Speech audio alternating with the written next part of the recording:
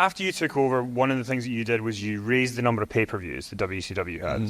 Say there was 6, you went to 9, you went to 12, and it's in my mind because obviously AEW are about to increase their pay-per-views to 12 a year. Can you talk a little bit about the decision for you to do it, and do you think it's a good decision for them to do it in 2023? I don't know what's going on in AEW, so I can't comment on that. But for me, when I was brought into management, it was made abundantly clear to me in very loud, clear terms that my job was to become profitable. Because WCW, Ted Turner, a little backstory. Ted Turner he acquired Jim Crockett Promotions, which was formerly the NWA in the southeast part of the United States. They went bankrupt. Ted Turner came in and bought the assets from that promotion and turned that into a new company called World Championship Wrestling, WCW. That was in maybe 1989 or 1990 is when that officially took place. Then WCW became a part of Turner Broadcasting, but it was losing money hand over fist. It was losing millions and millions and millions of dollars a year. The year before I was brought into management and was hired as an executive producer, WCW gross, their total sales, before expenses and anything else, their total sales were $25 million a year. But in the process of achieving a $25 million a year gross sales number, they were losing $10 million a year. That's how much it cost for Ted Turner to have WCW, was $10 million a year. That was the year before I took over. So when I first got promoted. So when I first got promoted, my boss at the time, his name was Bill Shaw, made it very clear to me that because Bill Shaw reported to Ted Turner. I didn't report to Ted Turner directly. I reported to Bill Shaw, who reported to Ted Turner. And Bill Shaw made it clear to all of us in WCW, not just me, that if WCW didn't become profitable in a very short period of time, that Ted Turner himself was going to pull the plug on WCW. So my only focus was to try to find a way to become profitable. The first thing that I did was started cutting costs and expenses. I famously, when I first took over, I think like my second day on the job, I called everybody that worked for me into a meeting. I said, okay, everybody in this room, go back to your offices and count the number of pencils, not pens, pencils. Go count the number of pencils in your desk, write it down on a piece of paper, and come back and report it to me. Everybody thought I was nuts. It's like, what the f*** does he care about pencils for God's sake? And they came back, and I went around the table. There was about 12 people in the room. I went around the table and said, okay, how many pencils do you have? Well, I only have 2. How many pencils do you have? Well, I've got 4. All the way around the room. And I said, okay, now you know how many pencils you have. Those are your resources. A pencil is a resource. It's a tool.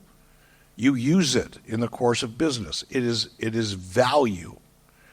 Now I want you to think about everything else that you use and you do and the effort and the money that you spend in the course of your business, and think about it like a pencil.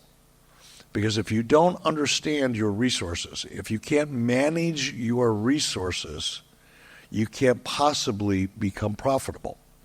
You have to take care of business. And that's how I approached WCW from the very beginning, because we were losing so much money. And the only way I was going to turn it around was to change the culture, change the way people thought. Because everybody in WCW was led to believe that as long as Ted Turner liked wrestling, it doesn't matter if we lose money. Everybody believed that. So nobody paid attention to how many pencils they had, or how much money they spent, or what resources they invested in projects that they thought were going to work. They didn't care about it. Wasn't their money. The second thing I did, once I convinced or forced people to think about managing their resources, was focus on how do I increase revenue. I want to save money. I want to increase revenue. That's how this works. It's not rocket science, right? When Kenny put this tour together, I'm sure that he sat down and figured out a budget. He knew how much it was going to cost to fly me over. He knew how much the hotels were going to cost. He knew how much the ground transportation was going to cost. He had to figure out how much all the venues were going to cost him. He has a staff that he has to take care of that has to be paid. They have to put gas in their vehicles so that we can drive from town. All these all these pencils matter. And then you got to figure out whether or not you can generate enough revenue to pay all those bills and cover those pencils and still be profitable. That's all I did. So I'm sitting back and I'm thinking, okay, what do I have control over? What can I do? What decision can I make by myself? I don't need anybody's approval. I don't need to hope for anything. I just have to make a decision and do it. What can I do to generate more revenue? Well, that came later. But the only thing I could do at that point, because the only profit center that WCW, our live event side of our business, our touring division, sucked. Every time we went out the door, we lost money. Every time we did a live event that was not a TV shoot, we lost money. Well, I'm not going to do more of those. That doesn't make any sense at all. We didn't have any licensing or merchandising. Nobody gave a shit about WCW at that time. Nobody was buying our T-shirts or bobbleheads or anything. It was, there was no video games. There was no licensing and merchandising. So I can't make that work. The only thing I could do was do more pay-per-views because we were making about $1.5 million or $2 million in profit every time we did a pay-per-view. So I looked at our schedule. I went, well, there's 4 pay-per-views, so there's like $8 million. Why don't we do 6 pay-per-views? Because then there's another $3 million. And that's why I went from 4 to 6 to 8 to, I think I skipped 10 and went right to 12. Because that was the only way that we could make profit, was doing more pay-per-views.